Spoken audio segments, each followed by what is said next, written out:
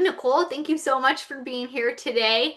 Before we jump in, can we just start out by having you introduce yourself and tell everybody a little bit about who you are?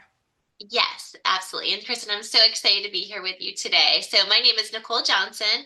I'm co-founder of Boyd Cycling. We're a high-performance bicycle wheel manufacturer based out of Greenville, South Carolina.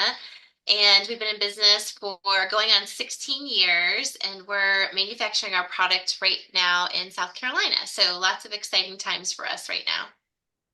And you have a background as a professional cyclist as well. Can you tell us about that? Yes, yeah, that was a very fun time in my life. I raced professionally on the circuit for 12 years. I was a criterium racer. That was my specialty. I started late in life, so racing crits was a little bit easier for me to really snap into and do well.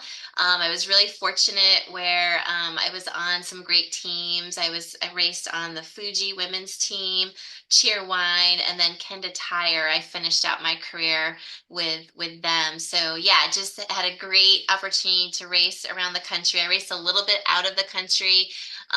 Just had some incredible teammates, great mentors, and people that helped me get started. And within a short period of time, I was racing and just loved it. I mean, it's formed my whole adult life, which I did not picture when I Yeah. started riding a bike so many years ago. So. Do you still race at all? So I don't race anymore. I did it for so long, and once we, had a child and started the business, my focus kind of changed, and just felt like I got that out of my system. I do still ride, and I stay fit, and obviously, we always have to do a lot of product testing. We really gotten into riding gravel, and we actually have another company called Southeast Gravel that we launched about 5 years ago because people just wanted to know where we were riding. And so we do 6 events a year now, and we have 400 to 500 people at every single one. So that was something that was really fun to discover, after racing that we could put on events.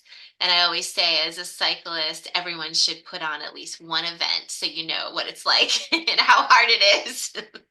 Oh, that's really cool. I didn't realize that. Can you tell us a little bit about those events? Yeah. So they're all based in the Southeast, around our headquarters. They happen in basically North Carolina and South Carolina. There's a lot of obviously dirt roads in South Carolina, so a lot of our events are mostly gravel. There's some pavement, but the majority of them are just in these really small towns that we're able to come in and bring some economy, which is really fun and great for the areas. So people will stay overnight. Some of the events we have camping as part of it.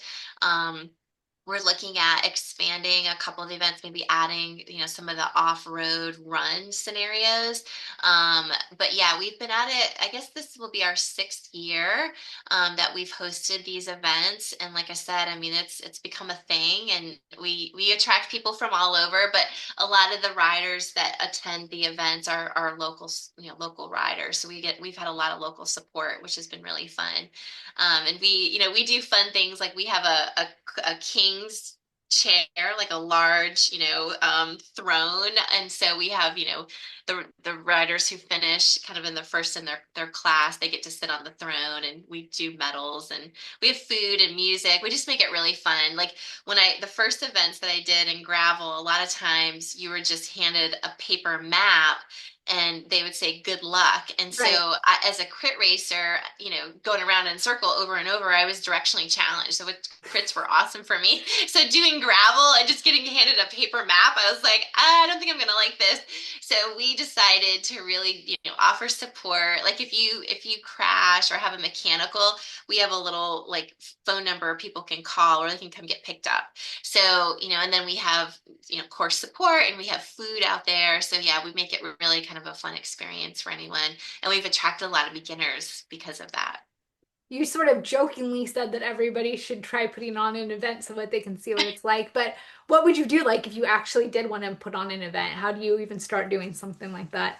Yeah, so this is gonna show my time in the industry, but USA Cycling, when you had as a license holder, you were required to, as a cyclist, be involved with an event, and so they used to teach you how to do it. But it's a number of things. I mean, obviously, course selection is really important.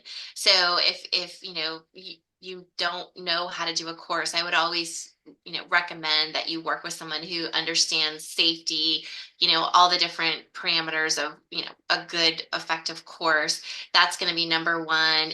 Volunteers is another thing that's really critical. I mean, you have to have people to help support. Things like we're here in the South, so it gets really hot. So, if you have an event where the heat may be in a situation, just an indication or a situation, you need to have lots of water. We had tubs full of ice for people afterwards. So yeah, there's definitely a list that I think is important, which we could maybe put together after this and people could see it. But yeah, I mean, and if it's a road event, obviously police and support out on the road to make sure it's safe. I always say like safety has to be number one. Because you want riders that have a good Yeah. experience and come back. We have a digital timing system that my husband, who's Boyd, he figured out how to make it. He bought all the individual parts and put it together because those can be expensive. But riders really like to know their times. So I would say like having, some organization of knowing, just how people can record their times and get that information afterwards was helpful as well. So yeah, those are just some basics. And then food. You got to have food. Yeah. Yeah. And maybe some beer. Throw some beer in there and you should be good. So obviously this is a secondary business. Your primary is business is Boyd Cycling. Can Yes. you just tell us a little bit about that business and how it got started? Yeah, absolutely. So Boyd is the brain behind, the company. That's why it's Boyd Cycling.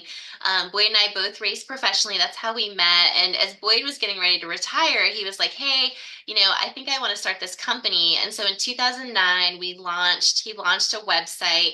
We were direct to consumer to start because no bike shop knew who Boyd was unless, they knew us like just, as friends. Hmm. And so we're one of the pioneers that started the D2C type scenario out of our house. And then within a year, so I guess when we first started, we were making bikes, handlebars, bottle cages, and wheels. And we had a 1,200 square foot home, and there were parts everywhere. Like we couldn't sit down to watch TV, they were Yeah. everywhere. So within a year, we moved out of our house to a very small warehouse that had no heat or AC. I mean, it's the true like starting in your garage American story. I mean, I Yeah. love telling that because you never want to forget where you come from. So within a year to year and a half, we realized that we needed to focus because all of these different products, it sucks up cash. And when you start a business, a lot of times no one wants to loan you money. So we were doing all of this by bootstrapping. And so we decided to focus on just wheels. That was Boyd's real passion and his expertise. And so once we did that, the company doubled in size. And then we were, here in Greenville, Michelin is here. And so they had a small business loan program and we qualified for it. And so that made us double the next year. And so, we just learned to focus and, we decided that we wanted to, really just be one of the best wheel companies in the world if we could be. And so, like so many, we started in Asia, had our own molds, our own, support system, own agent. We're doing a lot of things, just like I said, halfway around the world, and did that for a long time, direct to consumer. And then the consumers started going into the bike shops and asking for our product. So we're full omni-channel now. We sell through consumer, bike shop, distributor, and OEM. And after, I guess, during COVID or through that whole scenario, we came to the conclusion that we really needed to be more in control of, quality and supply chain. And so we onshored our aluminum rim business, meaning that we bought the machines and we're now manufacturing. We've been doing that for 3 years. And then last year, we were able to purchase a technology out of Germany, and it's a braided technology for the carbon, and we onshored that, and we're standing up that factory right now. So our goal is American made product, and we're there. We're getting closer and closer every day. So.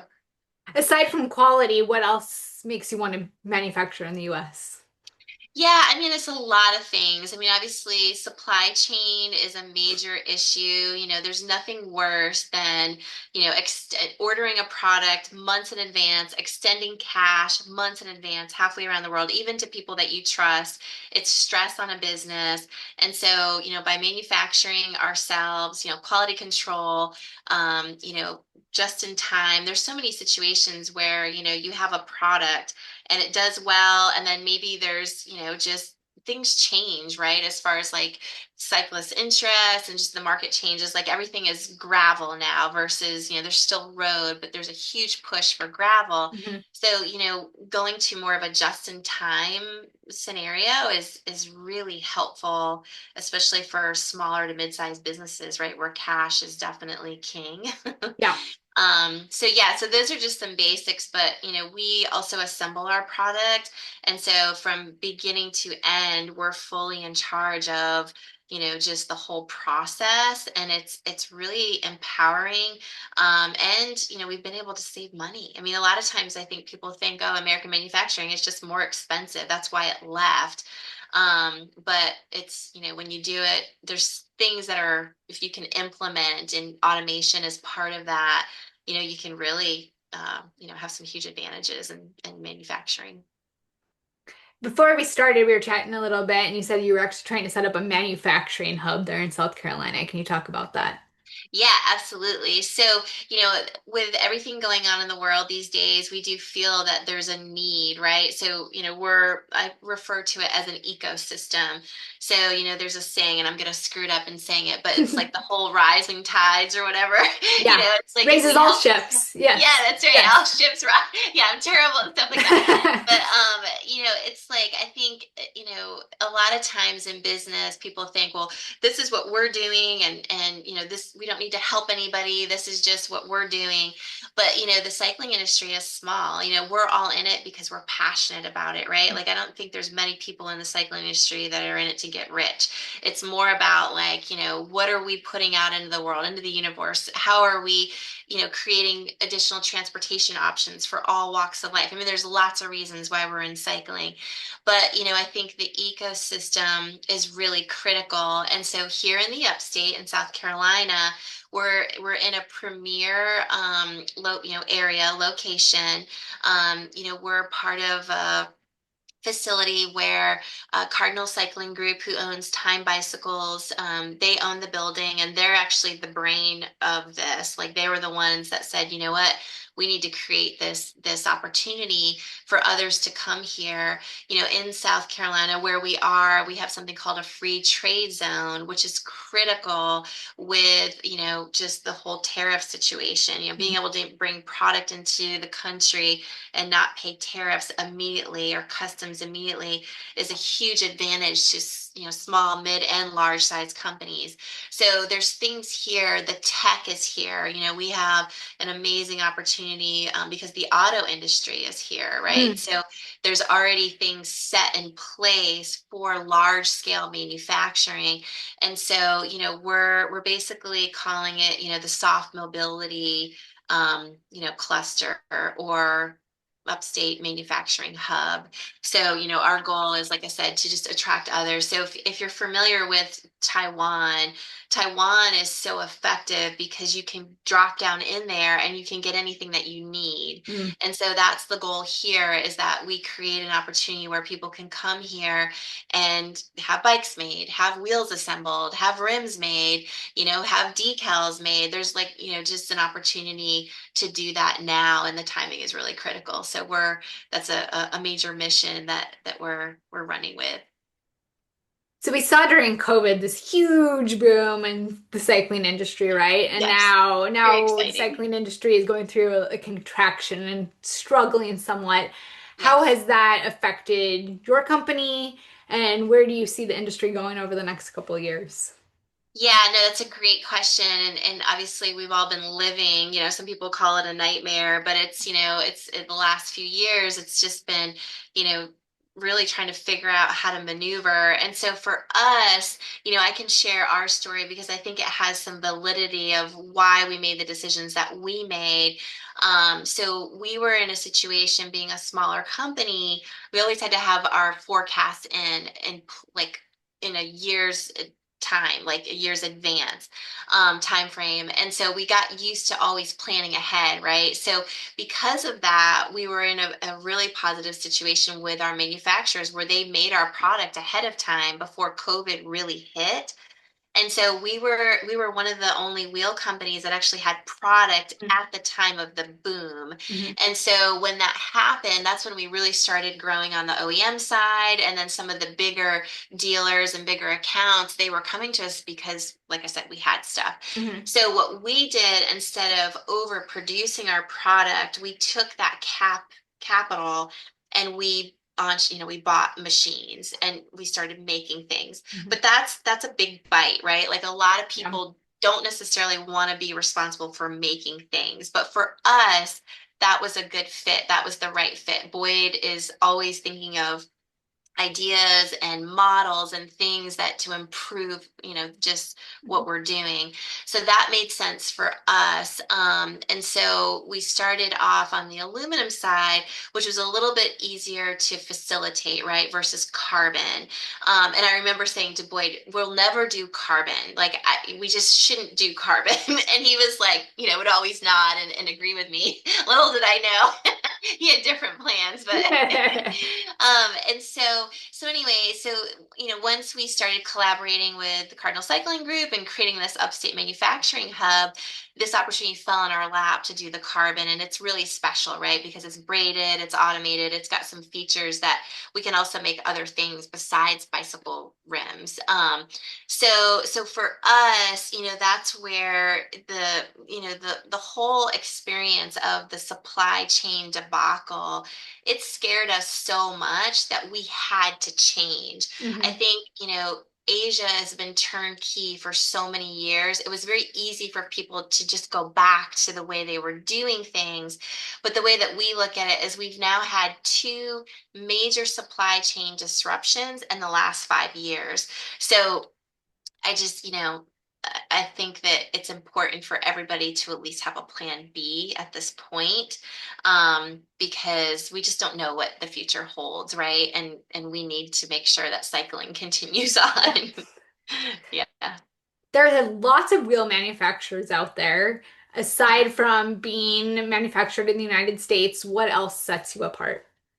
Yeah, so we always say we try to think of the things, the small things that improve the ride, right? Like I think, a lot of times in wheels, a lot of people say we're the fastest wheel in the world. And so for us, it's more about, durability, longevity of the product. Like, the wheel is so critical and for you to move forward, right? So if something's wrong with your wheel, you're going nowhere. Yeah. So we've always made just a really big point to have our product, be of quality. Like it's gonna last. If you broke a spoke for some reason, you can still ride the wheel home. I mean, the way that we build the wheels, they're just they last a long time. I mean, we've had lots of scenarios, right, with riders, who crashed or got hit or whatever it was, and a Hmm. lot of times the wheels were fine. Hmm. So I would say that's one of our major things. When we started, price point was something that separated us because we were direct. Hmm. And we knew where we fit, right? Like we were still innovating. We were a new company. We weren't going to sell at the same prices as some of the big guys because we didn't feel like we deserved to be there yet, right? Yeah. So we always were in a lower price bracket, But, over time, we focus on innovation. So a lot of companies, especially again, like, starting out, they either have to choose marketing or they choose innovation. And we always chose innovation. So I would say that, that's something that we have stuck with. And customer service. Like, I worked in corporate America before I got into the cycling Mhm. industry. And I just remember always thinking like there has to be a better way. Like customers need to be heard. Customers need to be taken care of. And so that is something from the beginning that we've stuck with is that, we take care of our customers, whether they have a question or they, have a complaint. I mean, there's lots of things, right? And Boyd's name is on the company. There's no hiding. And so Yeah. we always say, we're here. We want to know. We have plenty of people that can answer the phone now, but I still answer the phone every day and sell wheels because I want to hear what our customers are Yeah. saying and what they're asking and what they need, what they want. So I would say that's the last or the third thing is that we're just really big on creating products that the rider wants. What has your experience as a woman been working in this very like heavily male dominated industry? Yeah, it's a great question. So my first experience with cycling was as a rider, and so I was very fortunate. At the when I started riding a bike, I was in Charlotte, North Carolina, which there's a lot of really great cyclists there. The weather's amazing. The terrain is okay, but there's just a lot of great riders there, and so when I started, I was just really, really supported. A lot of, I don't know if I showed talent or whatever, but it was one of those things where people took me under their wing and they just wanted to help. It wasn't like, you know, their heart was in the right place, right? They just saw that I was interested and excited Mhm. and helped me. So that was my first experience, which was a great one. And then getting into the industry, I think coming from that background, I just focused on my skill set, right? Like just adding value, being of value in the roles that I was in. And so, I definitely agree with you. It's as a sport, it's still male dominant. It's changed so much. Like Yeah. when I moved to Greenville, South Carolina, I was one of three women on the bike, and Mhm. then, one of two women in a cycling company. And so I just, I do think that there's a lot of opportunity for women. It's just making sure you're in the right place, like anything, right? Like it's Yeah. if you're in the wrong company or they don't have the same values as you, it's going to be tough. But if you can find that space where the minds are similar, right, and everyone's got the same goal, I do think there's so much opportunity for women just to make an impact, right? We just have different perspectives, we have different experiences, we have different ways of how we listen and how we react to things. So I just say, the more women that are interested in coming into the industry, I would love to continue to help with that. So What advice would you have for ladies who would either like to get a job in the bike industry or maybe even be an entrepreneur within the bike industry? There's still very few women-owned businesses. yes. Yeah, what advice might you give them? Yeah, yeah, definitely. Like, just as an entrepreneur, like I love helping other women. So if there's, after the podcast, if I can share, if you'd like me to share my information, if there's anyone that has questions about how to start a company in the cycling industry, I mean, I think like for me, just what I say, just as an entrepreneur in general, is, you always want to figure out how you're solving a problem, right? So and we know there's lots of problems in the cycling industry. Mhm. So it's like if you can find a space that is not, overpopulated. I mean, there's definitely a lot of competition in the industry because I think, people are passionate, right? They get Mhm. into the industry because they love it and they want to be in it. So there's a lot of that. I say Yeah. we're all drinking the Kool-Aid. Yeah. But I would say like find a niche, find an area in the industry that needs support, right? Or needs some new ideas. And then I would always say like find that mentor, find someone who's done it themselves and can give guidance, right? Because, as an entrepreneur, there are days where it's just hard.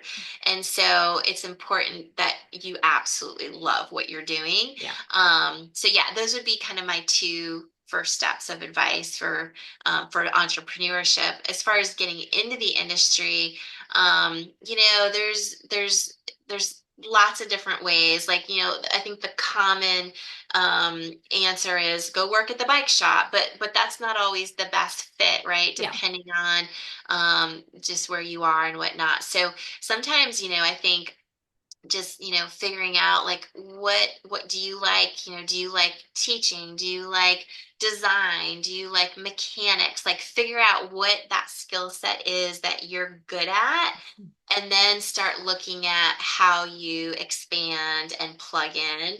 I think, just like I said, just going to the bike shop isn't necessarily always the best place.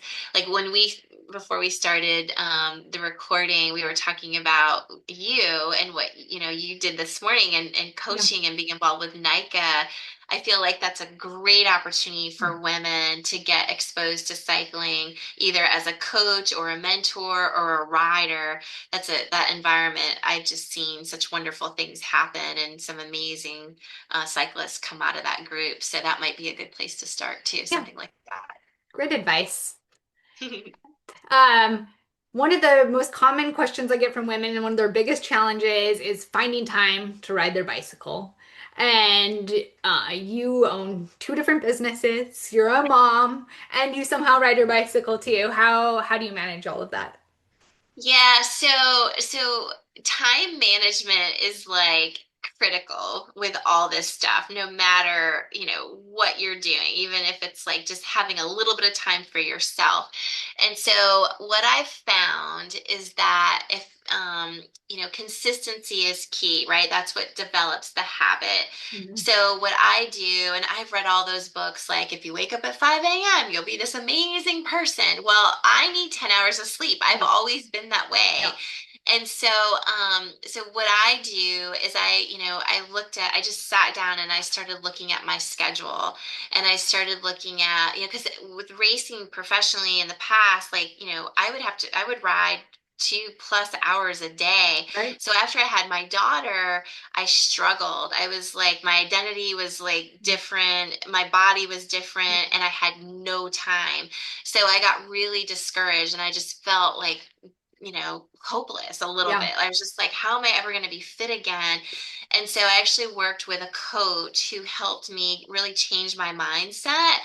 And it's not about the quantity, it's about the quality. So what I did was I just figured out what was the time of day that I was the most in control of.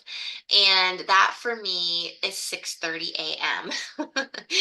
And it's before, anybody starts pulling on me, before I have to do anything with my daughter. And it's a matter of like 20 minutes. Like I do something for 20 minutes. Yeah.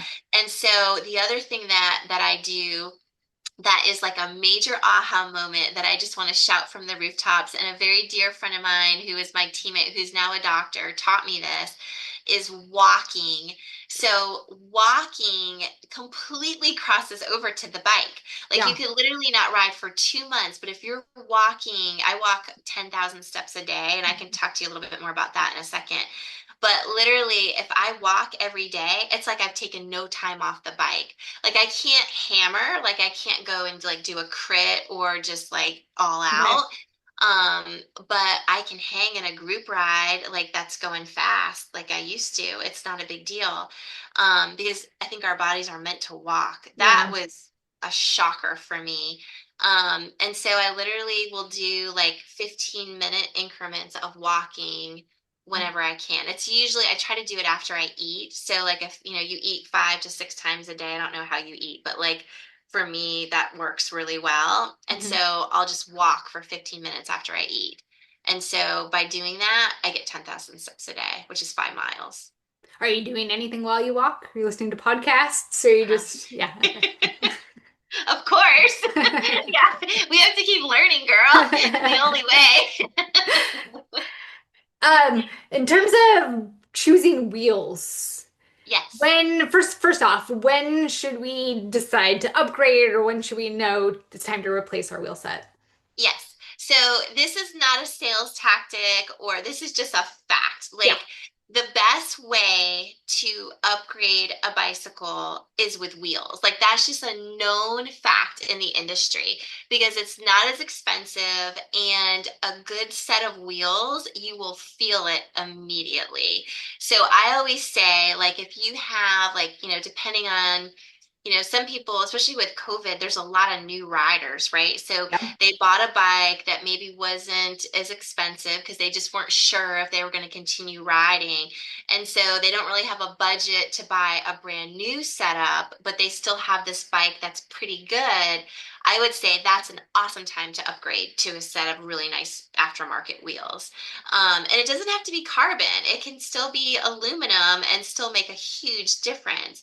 Because a lot of times, I mean, it's changed quite a bit, but it used to be when the bike would come out of the factory, the wheels you would always automatically upgrade because they were inexpensive, low end. It was just to get the bike out of the yeah. factory.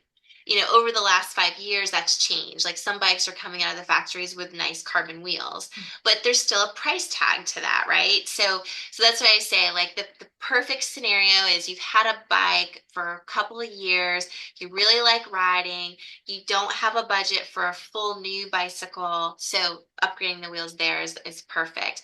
The other opportunity is, you've been riding for a number of years and you start getting more serious and you want to do an event and you're looking to maybe shave some time or, conserve energy. Wheels conserve energy.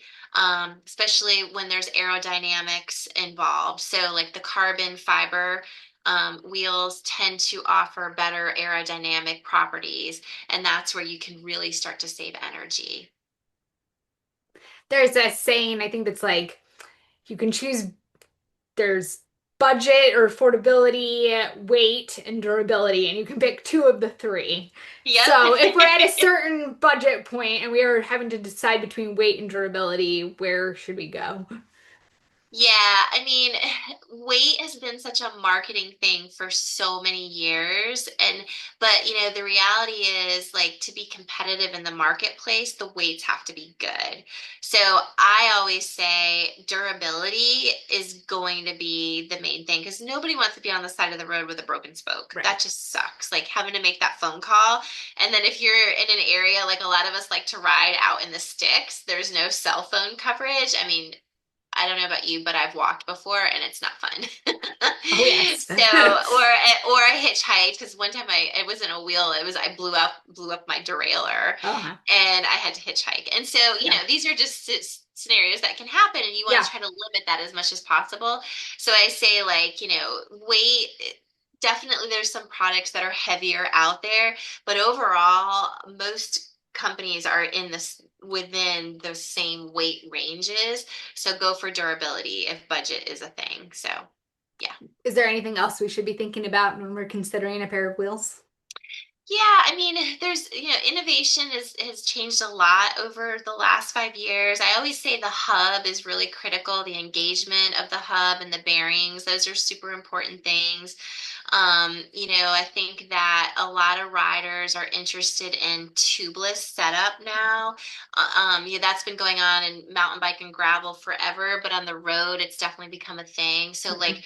with us, we didn't introduce tubeless rims until Boyd was able to really design a tubeless rim bed that he felt really great about because it's all about the tire to rim integration as Mhm. well. And so, one of the things that we don't do on the road is we don't make hookless rims for the road. We make hookless for gravel and mountain bike, but that's a topic that people have asked us about a lot over the years is like, what does this mean? What is hookless? What is hooked? So on the road, people tend to run higher tire pressures. It's the last couple of years, especially with tubeless setup, people have started to come down. But like I remember when I was doing criteriums, we put 110 psi and you would Yeah. just bounce through the corners, through the Yeah. chicane. It was Yeah. like no big deal. So a lot of people are realizing like, okay, with the bigger tires, you don't need so much air. Mhm. Um, but on the road, we still believe that the hook is important. And that's where we've continued to offer that on the road. So those are just some things that people ask about all the time. I've got three final questions for you, but Okay. before that, what have I not asked you? And this could be on any topic that you Okay. would still like listeners to know. Okay. Um, let's see. So, one of the things that has always been important to me as a female cyclist is creating opportunities for more women to ride. And so that's something that to me, is really important. And so I think just, you know, c continuing to have those conversations about, how do we get more women on bikes? So we started working with a social media person who she's done a lot with like just women's groups and Live. Live has Hmm. done amazing things for women, and so she's given us just some advice on how to get more women on bikes. So I guess I would just say like as females, what are some of the things that we can continue to do to create opportunities for women? And whether it's through education, whether it's through just safe riding experiences. I mean, I've had so many friends that are like, I can't ride a bike because the seat hurts. Like, what do Hmm. I do? Like, so just like even just creating opportunities for product knowledge, right? Like, we know that you don't need to hurt. Right. But a lot of women, like I did a clinic. I have a really good friend, Mari Holden. She was a past Olympian and Mhm. she came to town and we did a women's clinic. And half of the women sidelined me. And that was their question was like, how do I find a seat that doesn't kill me? Hmm. And one of them's like, my husband told me that I'm supposed to hurt. And I was like, no, you're not. Yeah. No. So yeah, I guess that would be just something I would love to continue to have those conversations, just to figure out how to get more women to ride and more Yeah. people to ride in Yeah. general. Just, in the US, how do we keep creating opportunities that people understand the bike? Because it's such a special experience once you get into it. So, Yeah. yeah. I think it's really cool too that a lot of that power is in our hands, right? Like, and everybody listening, that once you have this passion for writing, it's very easy to turn around and maybe help somebody who's a few steps behind you because you don't really have to be an expert. If you You if you don't. figured out like did I make my butt comfortable? How did I find this right size saddle for myself? You can turn around and like help somebody else with that or Yeah, yeah, yeah. And so just that, I mean, we know as, most of us rode bikes as kids, right? And the joy yeah. that we had. And it's like, when does that stop? Like, where does that go off the rails? And I think it's when, people start driving cars. Yeah. So anyway, but it's great. I love it. And yeah, just I think staying healthy, it's harder and harder to do that as you get older. And so Mhm. the bike, I feel like, is the fountain of youth. There's so many Yeah. benefits to it. And so, Agreed. yeah. Three final questions, and the first is, what bike Okay. or bikes do you ride? So I currently ride a Time bicycle on the road because our collaboration with Time, I had an opportunity to ride their bike, so that's really fun. The geometry is more aggressive, so it kind of reminds me of my racing days a bit. So that's really fun. And then I currently am in the market for a new mountain bike. We have a couple of new parks that have opened around us, and I've fallen back in love with mountain biking. So I've been borrowing a friend's bike. So any suggestions anyone has, I'd be open to that. And then on the gravel side, we did a collaboration with an OEM partner of ours out of Canada a few years ago called T Lab, and we did like a promotion between Boyd and I. We did a contest, and we had our customer base give feedback on what the bikes should, like the features that they should have. And then we did like a competition at the end, and people voted on which bike that they liked the most. Okay. And so my bike won, and so they gave me the bike. And so I've been riding that bike for a while, and it's How full fun. titanium. The other bike that I have, I know we have so many, but the other bike that I have that was custom made for me is a friend out of Augusta, Georgia. It's called Zucas. Um, Nate Zukas is the builder, and he builds right out of his home. And he's, I believe, one of the most talented builders in the US right now. But he's very quiet, and still a lot of people don't know who he is. But he built a bike for me, and it's got polka dots on it. So I love it. It's Awesome. really fun. Yeah. Second question is, where's your favorite place you've ever ridden your bike? Ooh, that's tough. I have to say Belgium. Mm, Yeah. Yeah, Europe is tough to beat. Yeah. So in Belize, I raced down in Belize, and that was just an amazing experience because the whole country is into it. So I did their national championship, and that was a really cool experience. So Final question is, what is your favorite thing about riding your bike? I would say just the wind in my face, the way it makes me feel. I get some of my best ideas on the bike when I'm riding by myself. And then when I'm riding in the Peloton, the camaraderie, the friendship, the freedom. I mean, those are just the things that come to mind right off the bat.